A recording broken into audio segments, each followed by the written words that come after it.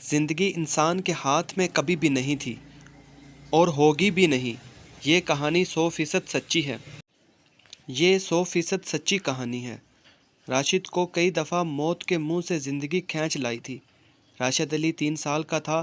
ہمارے گھر کے سامنے سے گندے پانی کا نالا گزرتا، جو 3 فٹ گہرا اور 4 فٹ چوڑا تھا۔ مکمل کنکریٹ سے بنا تھا اور اوپر سے بھی بند تھا۔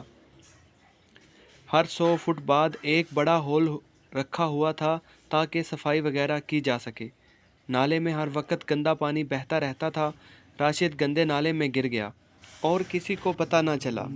محلے کی ایک عورت نے دیکھ لیا، اس نے شور مچایا، تب پتہ چلا اور راشد صاحب کو 150-200 فٹ دور پکڑ لیا گیا۔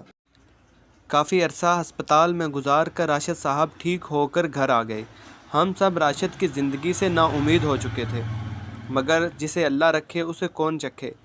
اس کے تھوڑے عرصے بعد راشد صاحب کو بہت تیز بخار ہو گیا، اور بخار اس قدر تیز تھا کہ بچنے کے چانس بہت کم ہو گئے۔ مگر زندگی لکھی ہو تو کچھ نہیں ہوتا، اور راشد صاحب یہاں سے بھی ٹھیک ہو گیا۔ اور پھر چند سال بعد راشد صاحب ایک میلے میں گم ہو گئے۔ سارا گھر، سارا محلہ تلاش کر رہا تھا، مگر راشد صاحب کا کوئی اتا پتہ نہیں تھا۔ رات گئے راشد صاحب ایک مٹھائی کی دکان پہ بیٹھے مٹھائی کھاتے پکڑے گئے۔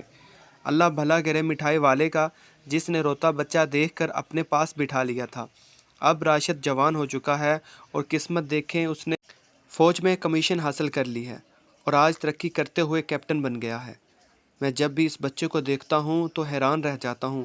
اگر موت نہ آئی ہو تو موت خود زندگی کی حفاظت کرتی ہے۔